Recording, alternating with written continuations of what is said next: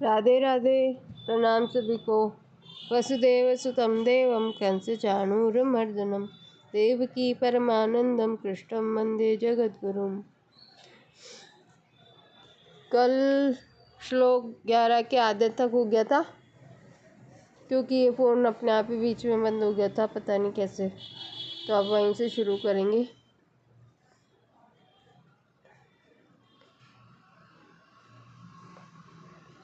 शरीर और शरीरी के इस विभाग को जानने वाले विवेकी मनुष्य मृत अथवा जीवित किसी भी प्राणी के लिए कभी शोक नहीं करते।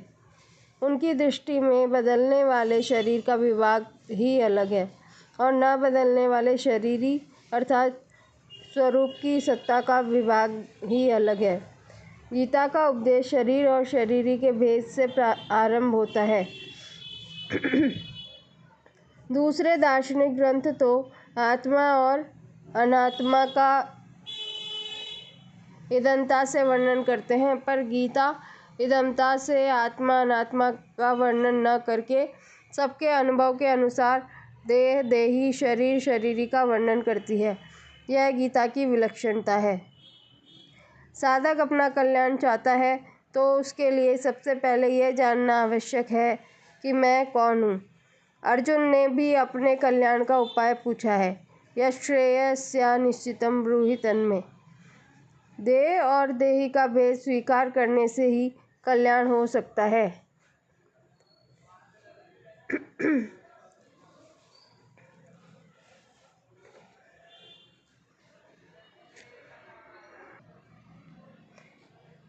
कल्याण हो सकता है।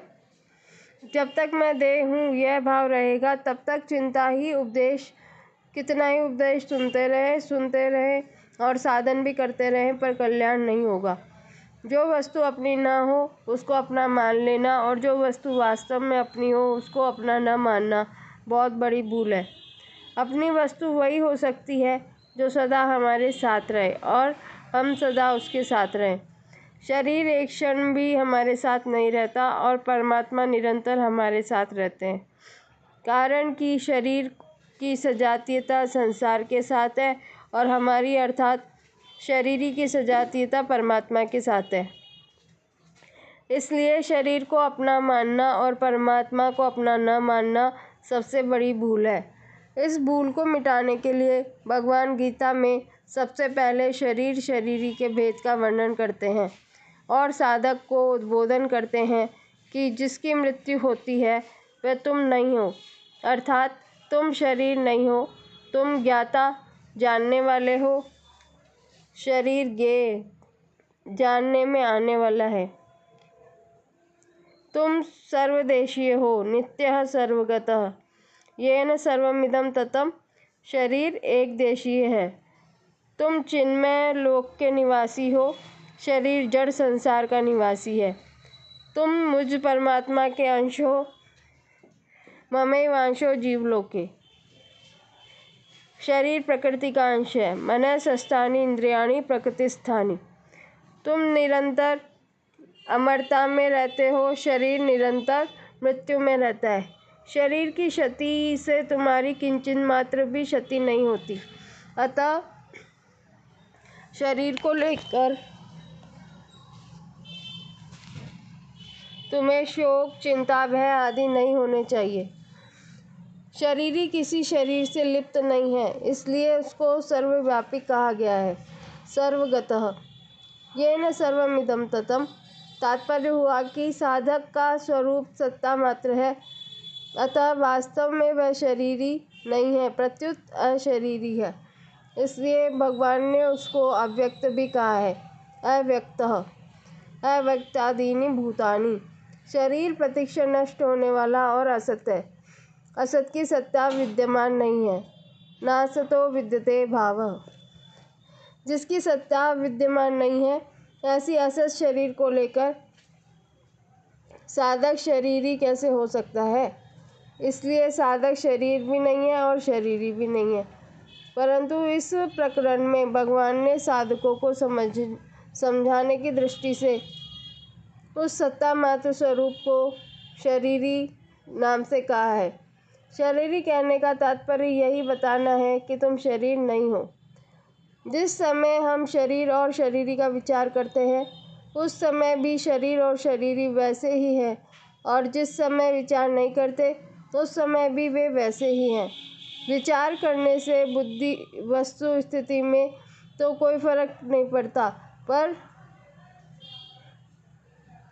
साधक का मोह मिट जाता है, उसका मनुष्य जन्म सफल हो जाता है। मनुष्य शरीर विवेक प्रधान है, अतः मैं शरीर नहीं हूँ, यह विवेक मनुष्य शरीर में भी हो सकता है। शरीर को मैं मेरा मानना मनुष्य बुद्धि नहीं है, प्रत्युत पशु बुद्धि है। इसलिए श्री सुखदेव जी महाराज राजा परीक्षित से कहते हैं, त्वं तु राजन मरिष्यति पशु बुद्धि इमाम जहि, न जाता प्रागभूतो अद्य देह तत्वं न नंक्षसि। श्रीमद् भागवत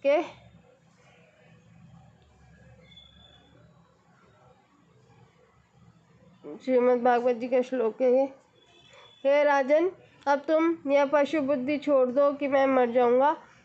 जैसे शरीर पहले नहीं था, पीछे पैदा हुआ और फिर मर जाएगा, ऐसे ही तुम पहले नहीं थे, पीछे पैदा हुए और फिर मर जाओगे। यह बात नहीं है।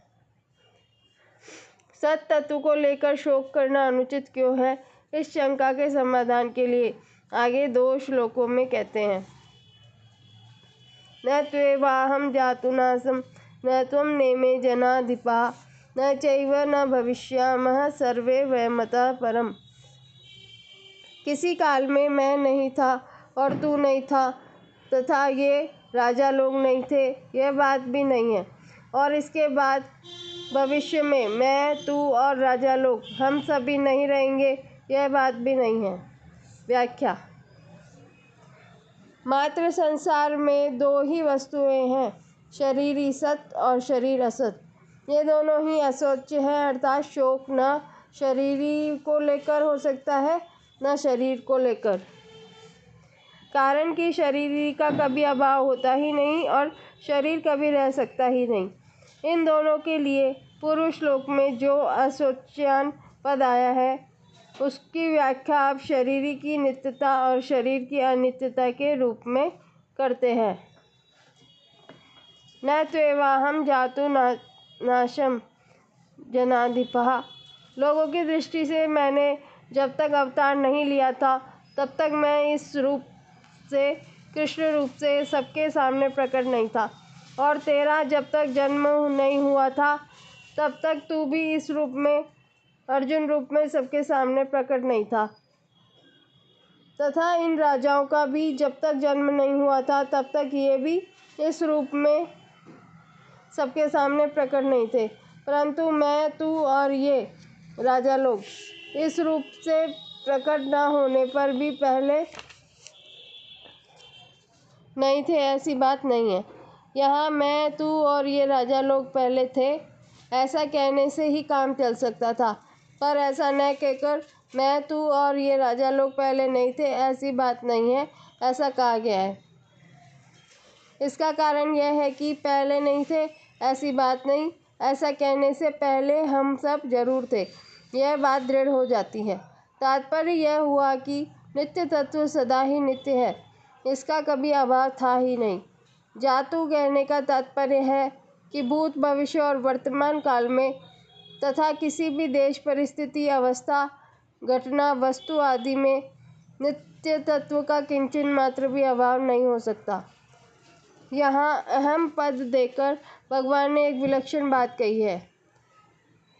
आगे 4थे अध्याय के 5वें श्लोक में भगवान ने अर्जुन से कहा है कि मेरे और तेरे बहुत से जन्म हुए हैं, पर उनको मैं जानता हूँ, तू नहीं जानता। इस प्रकार भगवान ने अपना ईश्वरपना प्रकट करके जीवों से अपने को अलग बताया है,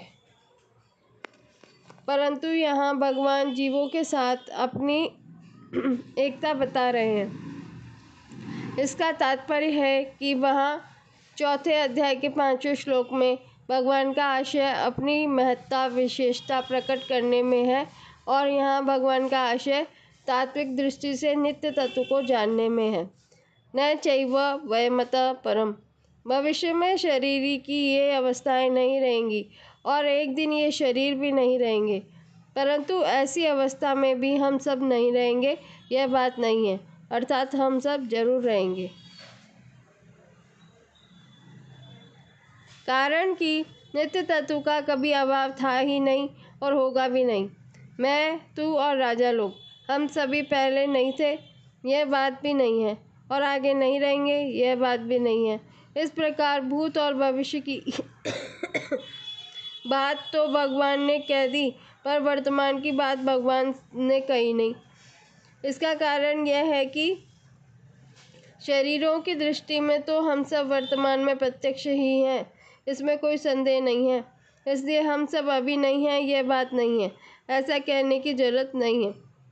अगर तात्विक दृष्टि से देखा जाए तो हम सभी वर्तमान में हैं और ये शरीर प्रतिक्षण बदल रहे हैं। इस तरह शरीरों से अलगाव का अनुभव हमें वर्तमान में ही कर लेना चाहिए। तात्पर्य है कि जैसे भूत और भविष्य में अपनी सत्ता का अभाव नहीं है, ऐसे ही वर्तमान में भी अपनी सत्ता का अभाव नहीं है, इसका अनुभव करना चाहिए। जैसे प्रत्येक प्राणी को नींद आने से पहले भी यह अनुभव रहता है कि अभी हम हैं, और नींद खुलने पर भी यह अनुभव रहता है कि अभी हम हैं, तो नींद की अवस्था में भी हम वैसे के वैसे ही थे। केवल बाह्य अवस्था में भी केवल बाह्य जानने की सामग्री का अभाव था, हमारा अभाव नहीं था। ऐसे ही मैं, तू और राजा लोग, हम सबके शरीर पहले भी नहीं थे और बाद में भी नहीं रहेंगे, तथा अभी भी शरीर प्रतिक्षण नाश की ओर जा रहा है, परंतु हमारी सत्ता पहले भी थी, पीछे भी रहेगी और अभी भी वैसी की वैसी ही है। हमारी सत्ता कालातीत तत्व है, क्योंकि हम उस काल के भी ज्ञाता हैं, अर्थात भूत, भविष्य और वर्तमान, ये तीनों काल हमारे जानने में आते हैं। उस कालातीत तत्व को समझाने के लिए ही भगवान ने यह श्लोक कहा है। विशेष बात, मैं, तू और राजा लोग पहले नहीं थे यह बात नहीं है और आगे नहीं रहेंगे यह बात भी नहीं है। ऐसा कहने का तात्पर्य है कि जब ये शरीर नहीं थे तब भी हम सब थे, और जब ये शरीर नहीं रहेंगे तब भी हम रहेंगे, अर्थात ये सब शरीर तो नाशवान है और हम सब अविनाशी।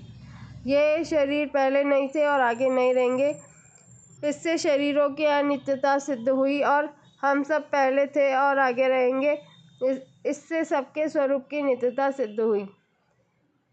इन दो बातों से यह सिद्धांत सिद्ध हुआ कि जो आदि और अंत में रहता है वह मध्य में भी रहता है, तथा जो आदि और अंत में नहीं रहता वह मध्य में भी नहीं रहता।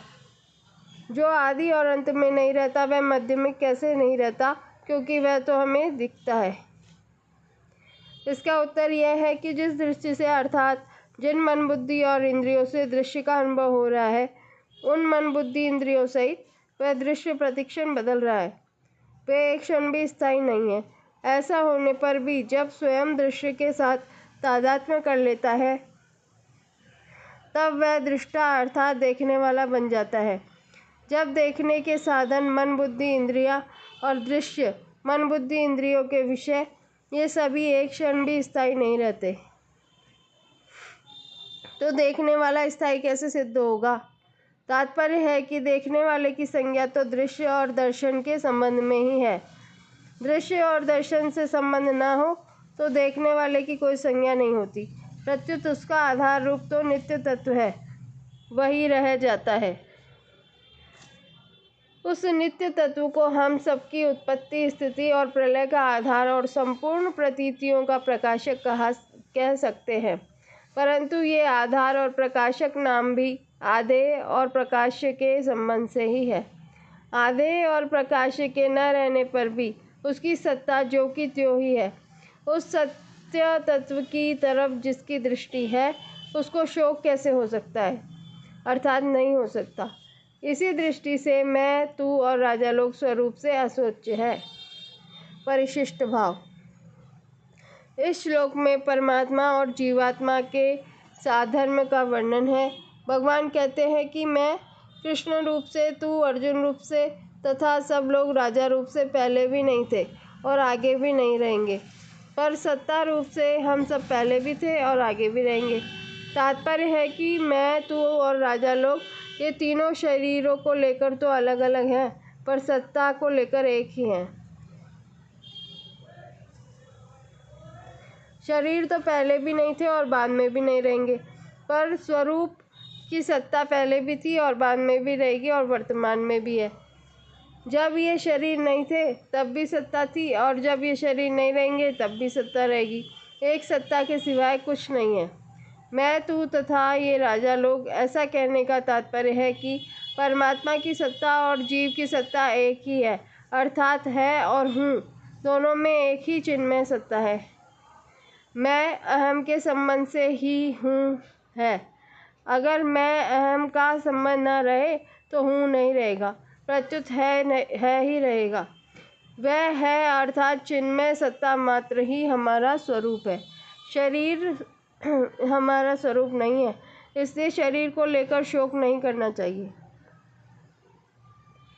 भूतकाल और भविष्यकाल की घटना जितनी दूर दिखती है उतनी ही दूर वर्तमान भी है। जैसे भूत और भविष्य से हमारा संबंध नहीं है, ऐसे ही वर्तमान से भी हमारा संबंध नहीं है। जब संबंध ही नहीं है तो फिर भूत, भविष्य और वर्तमान में क्या फर्क हुआ? ये तीनों काल के अंतर्गत है, जबकि हमारा स्वरूप काल से अतीत है। काल का तो खंड होता है, पर स्वरूप अखंड है। शरीर को अपना स्वरूप मानने से ही भूत, भविष्य और वर्तमान में फर्क दिखता है। वास्तव में भूत, भविष्य और वर्तमान विद्यमान है ही नहीं। अनेक युग बदल जाए तो भी शरीर ही बदलता नहीं, वह का वह ही रहता है, क्योंकि वह परमात्मा का अंश है। परंतु शरीर बदलता ही रहता है, क्षण मात्र भी वह रहता नहीं। देहिनोऽस्मिन् यथा देहे कौमारं यौवनं जरा तथा देहांतर प्राप्तिर्धीरस्तत्र न मुह्यति। देहधारी के इस मनुष्य शरीर में जैसे बालकपन, जवानी और वृद्धावस्था होती है, ऐसे ही दूसरे शरीर की प्राप्ति होती है। उस विषय में धीर मनुष्य मोहित नहीं होता। व्याख्या: देहिनोऽस्मिन् यथा देहे कौमारं यौवनं जरा। शरीरधारी के शरीर में पहले बाल्यावस्था आती है, फिर युवावस्था आती है, फिर वृद्धावस्था आती है। तात्पर्य है कि शरीर में कभी एक अवस्था नहीं रहती, उसमें निरंतर परिवर्तन होता रहता है। यहाँ शरीरधारी के इस शरीर में ऐसा कहने से सिद्ध होता है कि शरीर अलग है और शरीरी अलग है। शरीरी दृष्टा है और शरीर दृश्य है। अतः शरीर में बालकपन आदि अवस्थाओं का जो परिवर्तन है, वह परिवर्तन शरीर में नहीं है। तथा देहांतर प्राप्ति ही, जैसे शरीर की कुमार, युवा आदि अवस्थाएं होती है, ऐसे ही देहांतर की अर्थात दूसरे शरीर की प्राप्ति होती है। जैसे स्थूल शरीर बालक से जवान एवं जवान से बूढ़ा हो जाता है, तो इन अवस्थाओं के परिवर्तन को लेकर कोई शोक नहीं होता। ऐसे ही शरीरी एक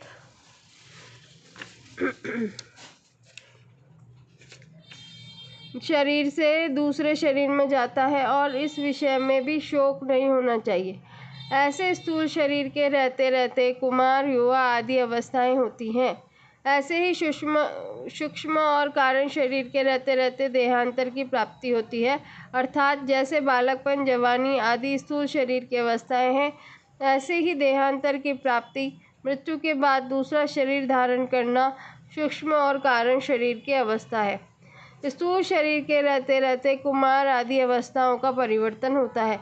यह तो स्थूल दृष्टि है। सूक्ष्म दृष्टि से देखा जाए तो अवस्थाओं की तरह स्थूल शरीर में भी परिवर्तन होता रहता है। बाल्यावस्था में जो शरीर था वह युवावस्था में नहीं है। वास्तव में ऐसा कोई भी क्षण नहीं है जिस क्षण में स्थूल शरीर का परिवर्तन न होता हो। ऐसे ही सूक्ष्म और कारण शरीर में भी प्रतिक्षण परिवर्तन होता रहता है, जो देहांतर रूप से स्पष्ट देखने में आता है। अब विचार यह करना है कि स्थूल शरीर का तो हमें ज्ञान होता है, पर सूक्ष्म और कारण शरीर का हमें ज्ञान नहीं होता। अतः जब सूक्ष्म और कारण शरीर का ज्ञान ही भी नहीं होता, तो उनके परिवर्तन का ज्ञान हमें कैसे हो सकता है? इसका उत्तर है कि जैसे स्थूल शरीर का ज्ञान उसकी अवस्थाओं को लेकर होता है, ऐसे ही सूक्ष्म और कारण शरीर का ज्ञान भी उसकी अवस्थाओं को लेकर ही होता है। स्थूल शरीर की जागृत, सूक्ष्म शरीर की स्वप्न और कारण शरीर की सुषुप्ति अवस्था मानी जाती है। मनुष्य अपनी बाल्यावस्था में अपने को स्वप्न में बालक देखता है, युवावस्था में स्वप्न में युवा देखता है और वृद्धावस्था में स्वप्न में वृद्ध देखता है। इससे सिद्ध हो गया है कि स्थूल शरीर के साथ साथ सूक्ष्म शरीर भी परिवर्तित होता है। ऐसे ही सुषुप्ति अवस्था में बाल्यावस्था में ज़्यादा होती है, युवावस्था में कम होती है, वृद्धावस्था में बहुत कम होती है। अतः इससे कारण शरीर का परिवर्तन भी सिद्ध हो गया। दूसरी बात, बाल्यावस्था और युवावस्था में नींद लेने पर शरीर और इंद्रियों में जैसी ताजगी आती है, वैसी ताजगी वृद्धावस्था में नींद लेने पर नहीं आती। अर्थात वृद्धावस्था में बाल्य और युवावस्था जैसा विश्राम नहीं मिलता। इस रीति से भी कारण शरीर का परिवर्तन सिद्ध होता है। जिसको दूसरा देवता, पशु, पक्षी आदि का शरीर मिलता है, उसको उस शरीर में देहाध्यास के कारण मैं यही हूँ ऐसा अनुभव होता है, तो यह सूक्ष्म शरीर का परिवर्तन हो गया। ऐसे ही कारण शरीर में स्वभाव प्रकृति रहता है, जिसको स्थूल दृष्टि से आदत कहते हैं। वह आदत देवता की ओर होती है तथा पशु पक्षी आदि की ओर होती है, तो यह कारण शरीर का परिवर्तन हो गया। अगर शरीरी का परिवर्तन होता तो अवस्थाओं के बदलने पर भी मैं वही हूँ ऐसा ज्ञान नहीं होता, परंतु अवस्थाओं के बदलने पर भी जो मैं पहले बालक था, जवान था, वही अब हूँ ऐसा ज्ञान होता है। इससे सिद्ध होता है कि शरीर में अर्थात स्वयं में परिवर्तन नहीं हुआ है। यहाँ एक शंका हो सकती है कि स्थूल शरीर की अवस्थाओं के बदलने पर तो उनका ज्ञान होता है, पर शरीरांतर की प्राप्ति होने पर पहले के शरीर का ज्ञान क्यों नहीं होता? पूर्व शरीर का ज्ञान न होने में कारण यह है कि मृत्यु और जन्म के समय बहुत ज़्यादा कष्ट होता है। उस कष्ट के कारण बुद्धि में पूर्व जन्म की स्मृति नहीं रहती। जैसे लकवा मार जाने पर, अधिक वृद्धावस्था होने पर बुद्धि में पहला जैसा ज्ञान नहीं रहता, ऐसे ही मृत्यु काल में तथा जन्म काल में बहुत बड़ा धक्का लगने पर पूर्व जन्म का ज्ञान नहीं रहता। परंतु जिसकी मृत्यु में ऐसा कष्ट नहीं होता, अर्थात शरीर की अवस्थांतर की प्राप्ति की तरह अनायासी देहांतर की प्राप्ति हो जाती है, उसकी बुद्धि में पूर्व जन्म की स्मृति रह सकती है। अब यह विचार करें कि जैसा ज्ञान अवस्थांतर की प्राप्ति में होता है, वैसा ज्ञान देहांतर की प्राप्ति में नहीं होता। परंतु मैं हूँ इस प्रकार अपनी सत्ता का ज्ञान तो सबको रहता है। जैसे सुषुप्ति, गाढ़ निद्रा में अपना कुछ भी ज्ञान नहीं रहता, पर जागने पर मनुष्य कहता है कि ऐसी गाढ़ नींद आई कि जागने पे ऐसी गाढ़ नींद आई कि मेरे को कुछ पता ही नहीं रहा। तो कुछ पता नहीं रहा, इसका ज्ञान तो है ही। सोने से पहले मैं जो था वही मैं जागने के बाद हूँ, तो सुषुप्ति के समय भी मैं वही था। इस प्रकार अपनी सत्ता का ज्ञान अखंड रूप से निरंतर रहता है। अपनी सत्ता के अभाव का ज्ञान कभी किसी को नहीं होता। शरीरधारी की सत्ता का सद्भाव अखंड रूप से रहता है, तभी तो मुक्ति होती है और मुक्त अवस्था में वह रहता है। हाँ, जीवन मुक्त अवस्था में उसको शरीरांतरों का ज्ञान भले ही न हो, पर मैं तीनों शरीरों से अलग हूँ ऐसा अनुभव तो होता ही है। धीरस्तत्र न मुह्यति, धीर वही है जिसको सत असत का बोध हो गया है। ऐसा धीर मनुष्य उस विषय में कभी मोहित नहीं होता, उसको कभी संदेह नहीं होता। इसका अर्थ यह नहीं है कि उस धीर मनुष्य को देहांतर की प्राप्ति होती है। ऊंच नीच योनियों में जन्म होने का कारण गुणों का संग है, और गुणों से संबंध विच्छेद होने पर धीर मनुष्य को देहांतर की प्राप्ति हो ही नहीं सकती। यहाँ तत्र पद का अर्थ देहांतर प्राप्ति के विषय में नहीं है, प्रत्युत देह देही के विषय में है। तात्पर्य है कि देह क्या है, देही क्या है, परिवर्तनशील क्या है, अपरिवर्तनशील क्या है, अनित्य क्या है, नित्य क्या है, असत क्या है, सत क्या है, विकारी क्या है, अविकारी क्या है, इस विषय में वह मोहित नहीं होता। देह और देही सर्वथा अलग हैं, इस विषय में उसको कभी मोह नहीं होता। उसको अपनी असंगता का अखंड ज्ञान रहता है। परिशिष्ट भाव। शरीर कभी एक रूप रहता ही नहीं और सत्ता कभी अनेक रूप होती ही नहीं। शरीर जन्म से पहले भी नहीं था, मरने के बाद भी नहीं रहेगा, और तथा वर्तमान में भी वह प्रतिक्षण मर रहा है। वास्तव में गर्भ में आते ही शरीर के मरने का क्रम शुरू हो जाता है। बाल्यावस्था में मर जाए तो युवा अवस्था आ जाती है, युवा अवस्था मर जाए तो वृद्धावस्था आ जाती है, वृद्धावस्था मर जाए तो देहांतर अवस्था अर्थात दूसरे शरीर की प्राप्ति हो जाती है। ये सब अवस्थाएं शरीर की है। बाल, युवा और वृद्ध, ये तीन अवस्थाएं स्थूल शरीर की हैं और देहांतर की प्राप्ति सूक्ष्म शरीर तथा कारण शरीर की है। परंतु स्वरूप की चिन्मय सत्ता इन सभी अवस्थाओं से अतीत है। अवस्थाएं बदलती रहती है, स्वरूप वही रहता है। इस प्रकार शरीर विभाग है और सत्ता विभाग को अलग अलग जानने वाला तत्वज्ञ पुरुष कभी किसी अवस्था में भी मोहित नहीं होता। जीव अपने कर्मों का फल भोगने के लिए अनेक योनियों में जाता है, नरक और स्वर्ग में जाता है। ऐसा कहने मात्र से सिद्ध होता है कि 84 लाख योनियां छूट जाती हैं, स्वर्ग और नरक छूट जाते हैं, पर स्वयं शरीर ही वही रहता है। योनियां बदलती हैं, जीव नहीं बदलता। जीव एक रहता है, तभी तो वह अनेक योनियों में अनेक लोकों में जाता है। जो अनेक योनियों में जाता है वह स्वयं किसी के साथ लिप्त नहीं होता, कभी नहीं फंसता। अगर वह लिप्त हो जाए, फंस जाए तो फिर 84 लाख योनियों को कौन भोगेगा? स्वर्ग और नरक में कौन जाएगा? मुक्त कौन होगा? जन्मना और मरना हमारा धर्म नहीं है, प्रत्युत शरीर का धर्म है। हमारी आयु अनादि है और अनंत है, जिसके अंतर्गत अनेक शरीर उत्पन्न होते हैं और मरते रहते हैं। जैसे हम अनेक वस्त्र बदलते रहते हैं, पर वस्त्र बदलने पर हम नहीं बदलते, प्रत्युत वे के वे ही रहते हैं।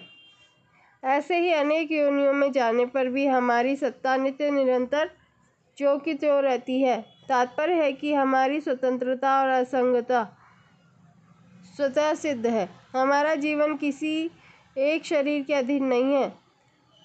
असंग होने के कारण ही हम अनेक शरीरों में जाने पर भी वहीं रहते हैं, पर शरीर के साथ संग मान लेने के कारण हम अनेक शरीरों को धारण करते रहते हैं। माना हुआ संग तो टिकता नहीं है, पर हम नया नया संग पकड़ते रहते हैं। अगर नया संग ना पकड़े तो मुक्ति, असंगता, स्वाधीनता स्वतः सिद्ध है। अब आगे के श्लोक की चर्चा कल करेंगे। राधे राधे।